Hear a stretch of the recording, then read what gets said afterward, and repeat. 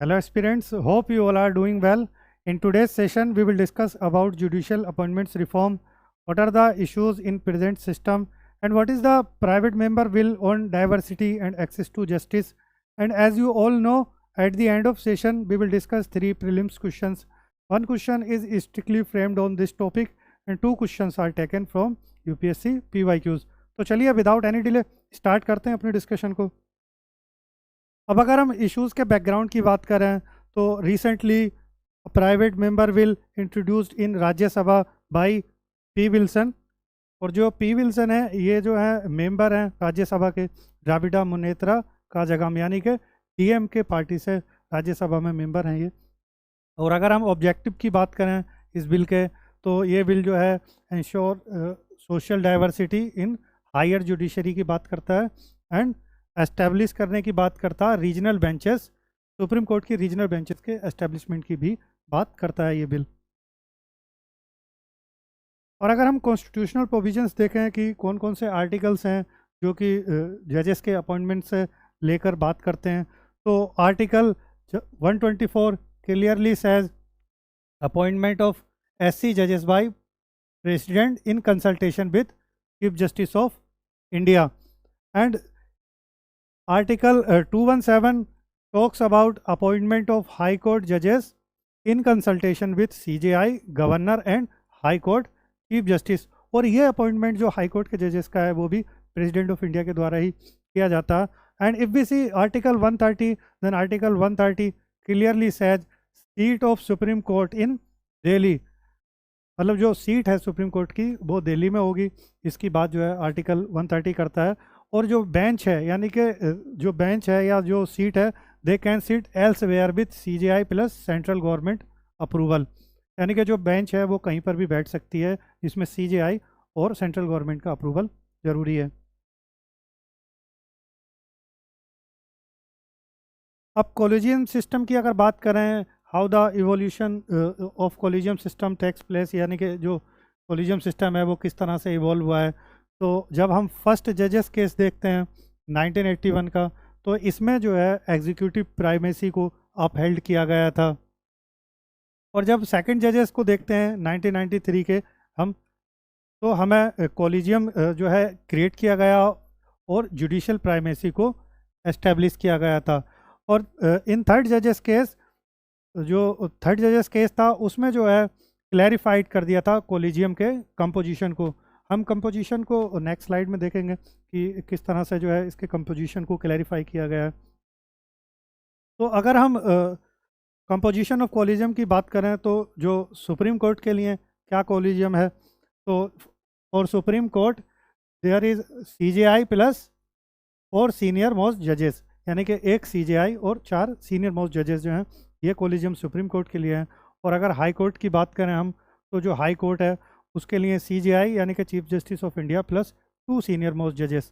हालांकि इसको जो है नेमिंग को जो है वो हाई कोर्ट के chief justice plus 2 senior most जजेस ऑफ हाई कोर्ट जो है इस बेंच के पास, इस कॉलेजियम के पास ही भेजते हैं रिकमेंडेशंस अपनी, और फिर यहाँ से जो है फाइनलाइज किए जाते हैं नेम्स जजेस के। और अपॉइंटमेंट तो प्रेसिडेंट ऑफ इंडिया के द्वारा ही किया जाता है, चाहे सुप्रीम कोर्ट के जजेस हों या हाई कोर्ट के जजेस हों। अच्छा, जब ये reiterated, if reiterated centre must appoint, अगर रिकमेंडेशंस रिटरेट करता है ये कॉलेजियम सिस्टम तो centre must comply with that recommendations।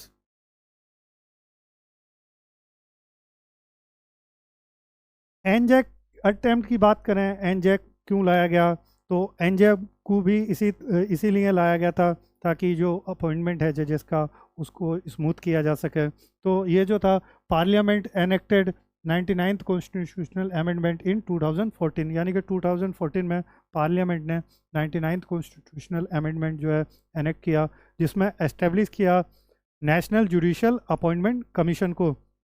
और अगर हम कंपोजिशन की बात करें कि इसका कंपोजिशन क्या था नेशनल जुडिशियल अपॉइंटमेंट कमीशन का, तो फिर इसमें हमें CJI, 2 सीनियर जजेस and law minister and 2 eminent persons हमें देखने को मिलते थे नेशनल जुडिशियल अपॉइंटमेंट कमीशन में। हालांकि ये काफ़ी हेल्दी लग रहा है देखने में, but it was struck down by the supreme court in 2015।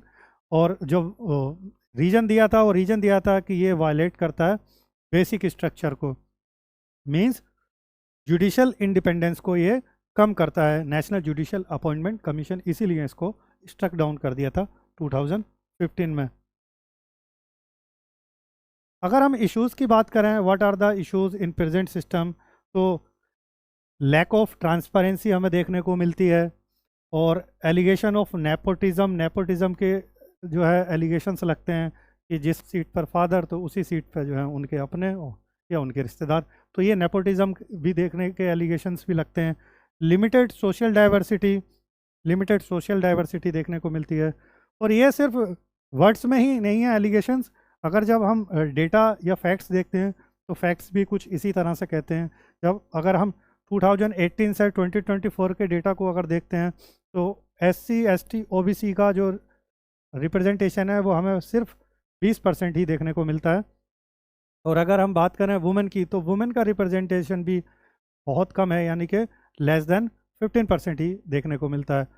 और माइनॉरिटी या रिलीजियस माइनॉरिटीज़ का तो उससे भी बुरा हाल है, इनको तो इनका जो रिप्रेजेंटेशन है वो तो 5% से भी कम देखने को मिलता है। तो ये नेपोटिज्म या लिमिटेड सोशल डाइवर्सिटी के सिर्फ वर्ड्स में नहीं है, रियलिटी भी यही है, क्योंकि डेटा तो यही कहता है कि रिप्रेजेंटेशन बहुत कम ही देखने को मिलता है, SC ST OBC हो, वुमेन हो या फिर रिलीजियस माइनॉरिटी हो।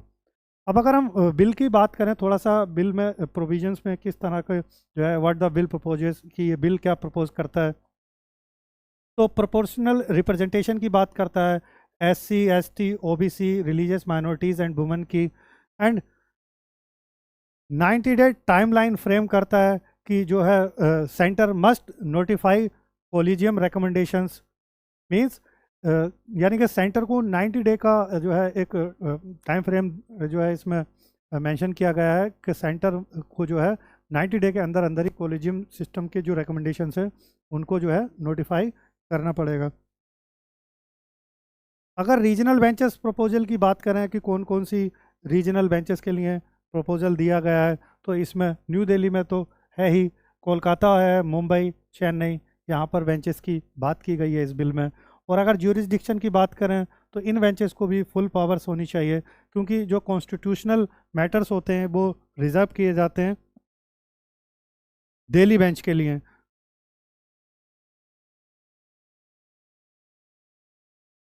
सिग्निफिकेंस एंड डिबेट की बात करें तो हमें इसके एडवांटेजेस देखें तो एडवांटेजेस हो सकते हैं कि एक बेटर एक्सेस टू जस्टिस देखने को मिल सकता है।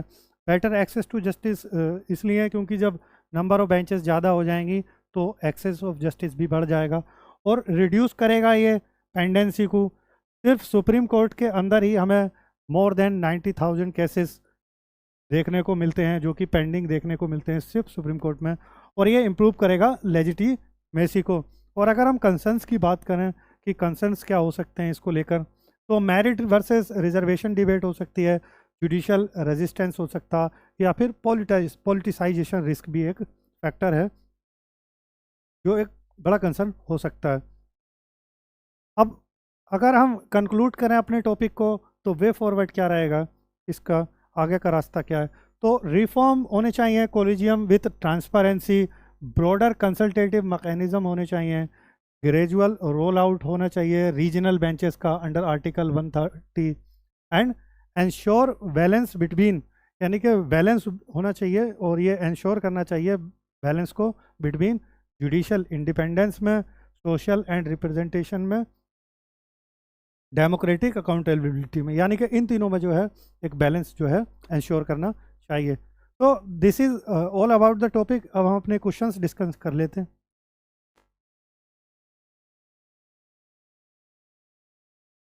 क्वेश्चन 1 जो है वो इसी टॉपिक पर फ्रेम किया गया है। हम क्वेश्चन रीड करते हैं और क्या पूछा गया उसका आंसर करते हैं। With reference to the appointment of जजेस to the supreme court of India consider the following statements.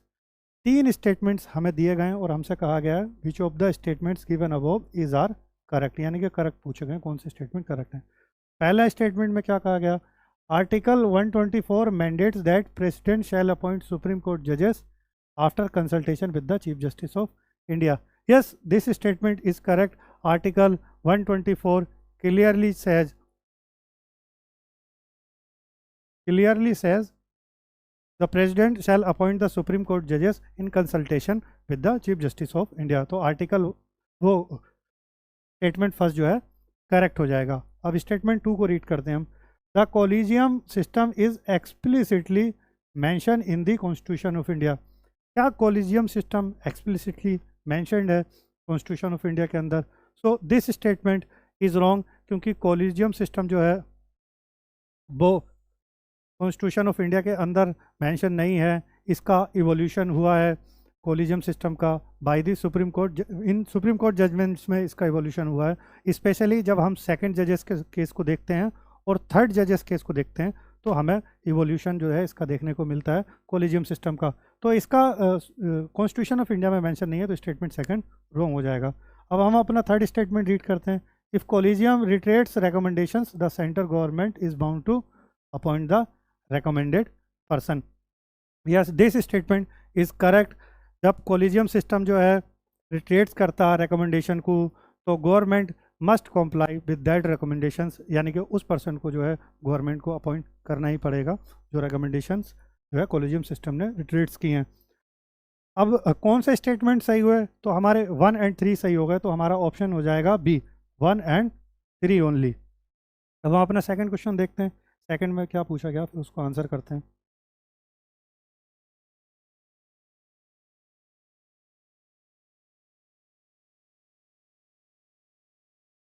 This question is asked by UPSC in prelims 2023.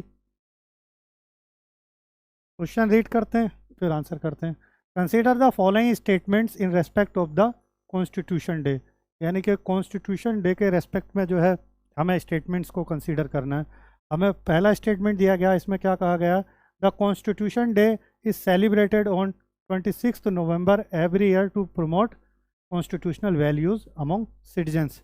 Yes, this statement is correct, क्योंकि 26 नवंबर 1949 को जो है हमने जो है था कॉन्स्टिट्यूशन को अडोप्ट किया था, और 26 नवंबर को हम कॉन्स्टिट्यूशन डे भी मनाते हैं. तो ये स्टेटमेंट सही है. अब अगर हम अपना सेकंड स्टेटमेंट देखें कि सेकंड स्टेटमेंट में क्या कहा गया है.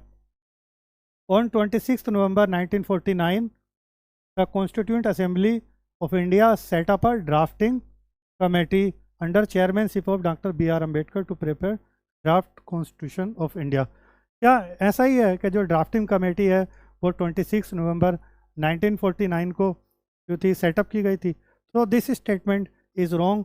जो ड्राफ्टिंग कमेटी है वो सेटअप की गई थी 29 अगस्त 1947 को, ना कि 26 नवंबर 1949 को. 26 नवंबर 1949 को हमने कॉन्स्टिट्यूशन को अडोप्ट किया था.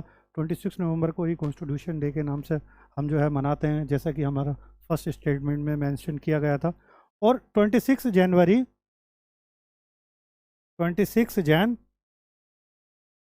1950 को जो था एनेक्ट कर दिया गया था, यानी कि ये एग्जिस्टेंस में कॉन्स्टिट्यूशन आ गया था 26 जनवरी को, जो हम रिपब्लिक डे मनाते हैं.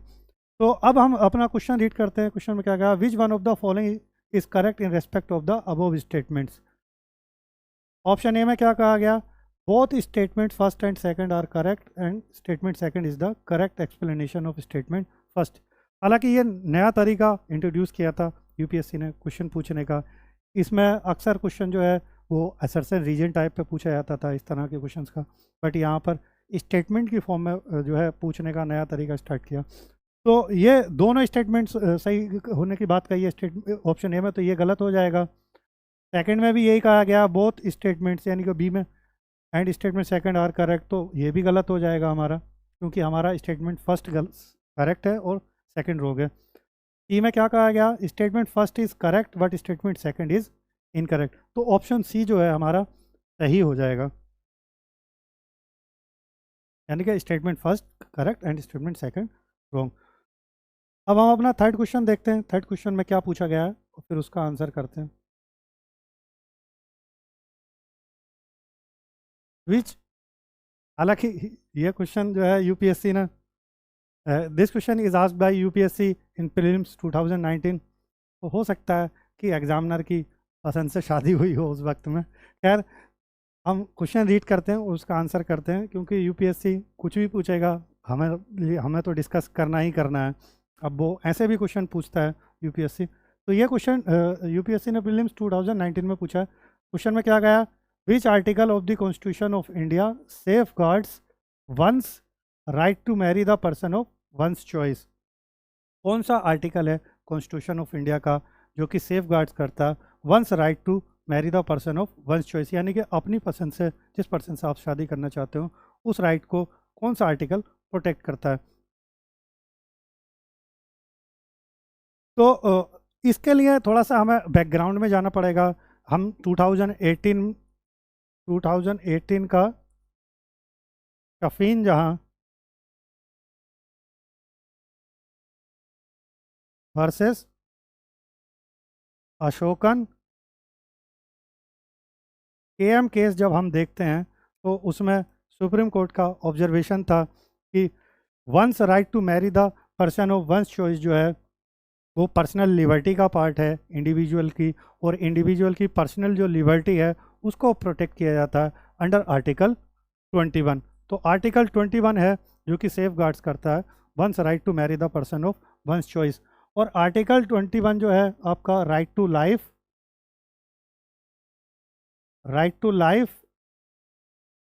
एंड पर्सनल लिबर्टी की भी बात करता है, जैसा कि मैंने पर्सनल लिबर्टी को मेंशन किया। और ये जो आर्टिकल है यूपीएससी का फेवरेट है। यूपीएससी इसको हर 1-2 साल में पूछता है, क्योंकि ये राइट टू प्राइवेसी का, अगर हम जब राइट टू प्राइवेसी की बात करते हैं तो राइट टू प्राइवेसी भी जो है वो आर्टिकल 21 में ही आता है। जब भी आप पीवाईक्यू जो है सॉल्व कर रहे हो तो अगर मान लीजिए ऑप्शंस के अंदर ऐसे जो है स्टेटमेंट्स हों या फिर ऑप्शंस हो कि उनका स्कोप फ्यूचर में भी है तो आप उनको भी सॉल्व किया करिए, उनका भी आंसर देखा करिए। जैसे कि इसमें 3 अदर आर्टिकल्स भी दिए गए हैं तो हम उनको भी देखेंगे, क्योंकि अभी तो ये आर्टिकल 21 को पूछा है यहाँ पर, हो सकता कल को यहाँ पर किसी 19 से रिलेटेड पूछ ले, 25 से रिलेटेड पूछ ले, या फिर 29 से। तो आर्टिकल 19 आपको 6 राइट्स की गारंटी देता है। हालांकि ये क्वेश्चन मैं आर्टिकल 19 को जो है आपके लिए छोड़ता हूँ, आपको कमेंट में बताना कि वो कौन कौन सी जो है राइट्स हैं जो आर्टिकल 19 देता है, कौन सी 6 राइट्स हैं। जब हम आर्टिकल 25 को देखते हैं तो आर्टिकल 25 जो है वो फ्रीडम ऑफ रिलीजन की बात करता है।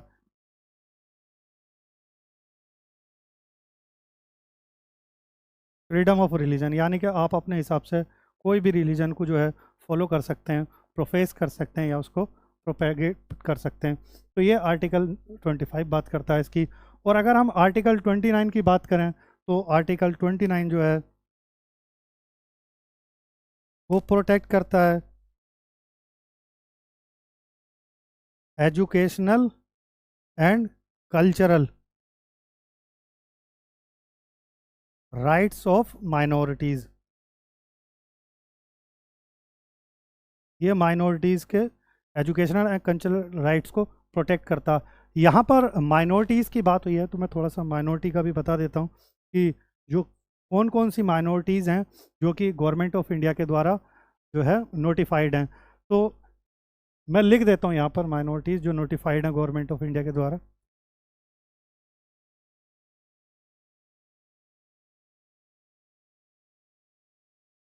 कभी कभी क्वेश्चन आ जाता है माइनॉरिटी से रिलेटेड भी, तो जैसे कि मुस्लिम्स हो गए,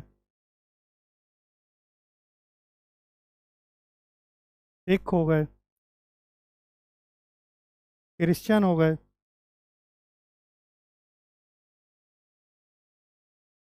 बुद्धिस्ट, जैन एंड पारसीज। तो ये 6